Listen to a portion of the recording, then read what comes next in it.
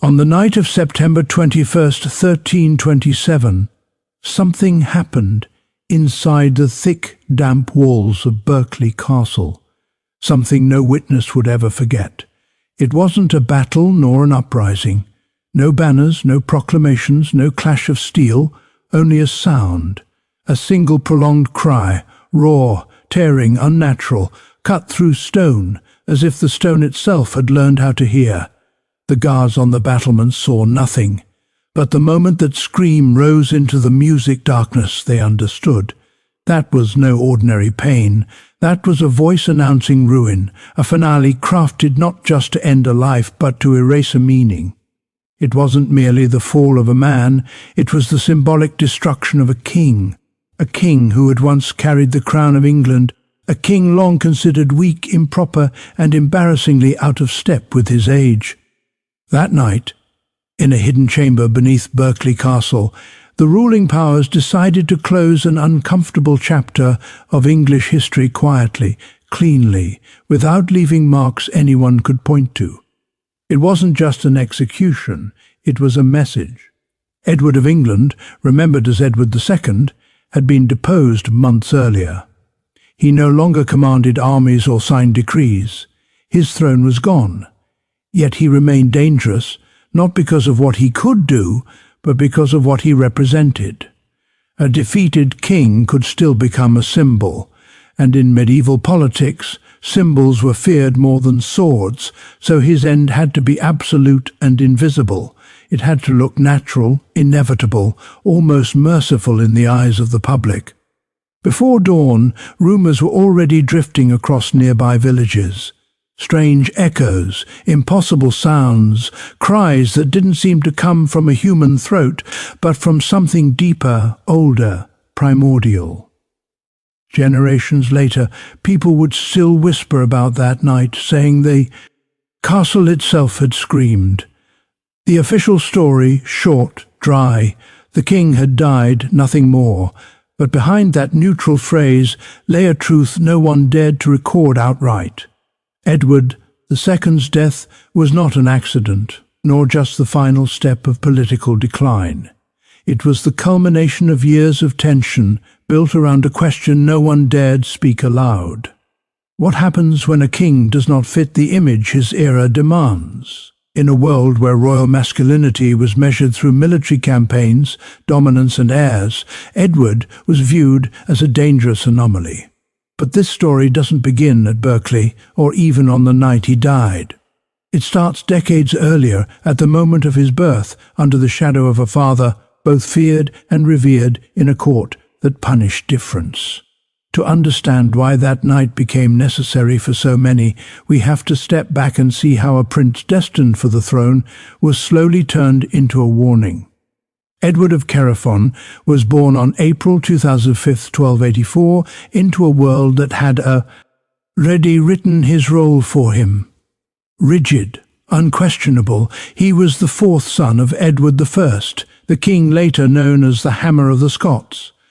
A ruler forged through endless campaigns. A man respected for his brutal efficiency, even by those who hated him.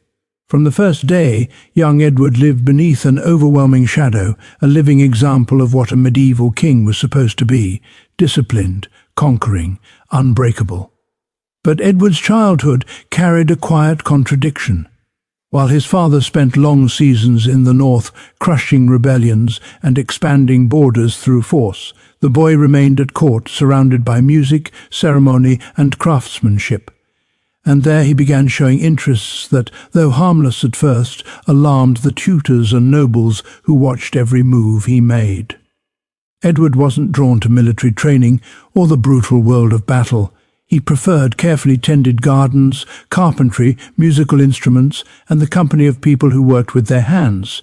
In associate, where the heir was expected to learn command through fear and distance, this gentleness looked like weakness. Later chroniclers would describe him as too approachable, too warm, a young man unable to project the severity a sovereign was required to embody. But beyond moral judgment, a deeper conflict was taking shape, one between personal identity and social expectation. Edward didn't reject the idea of being king, he simply couldn't mould himself into the version of masculinity that legitimized kingship. In the medieval court, an arena where every gesture was noted, judged, and archived, his difference didn't go unnoticed. Nobles believed a king must be a living symbol of order. Any deviation, however small, threatened to weaken the throne, and so the prince's interests and friendships were interpreted not as personal quirks, but as warnings of a future problem. Over time, the emotional distance between father and son grew painfully clear.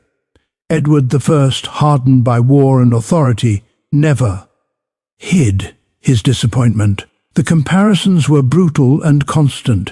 Where the father demanded firmness, the son offered gentleness. Where domination was expected, Edward sought companionship. Their relationship became a slow-burning conflict of expectations and identity, leaving scars on the young prince's character. Viewed from today, Edward's story raises an unsettling question. How much difference can a society tolerate in the person who holds power? In 13th century England, the answer was simple and brutal. Difference wasn't corrected, it was punished. And Edward, without knowing it, was already walking toward a fate where his personality itself would become evidence against him. It was in this tense atmosphere that a figure appeared, one who would change Edward's destiny forever. Piers Gaveston, a Gascon knight of modest lineage, far from the elite circles of English nobility. Perhaps that's exactly why his presence was so disruptive. To the young prince, Gaveston represented sympathy. A rigid court could never offer warmth, loyalty without calculation, companionship without masks. To everyone else, he was an intruder, one who had somehow found a direct path to the heir's heart. Their bond drew attention immediately. It wasn't a discreet friendship or a typical noble alliance. Their connection was constant, visible, impossible to ignore. They shared quarters, daily routines, and a trust that blurred traditional hierarchies. Chroniclers, uncomfortable with the closeness, resorted to vague hints and careful silences, suggesting a relationship that crossed the acceptable limits of knightly camaraderie.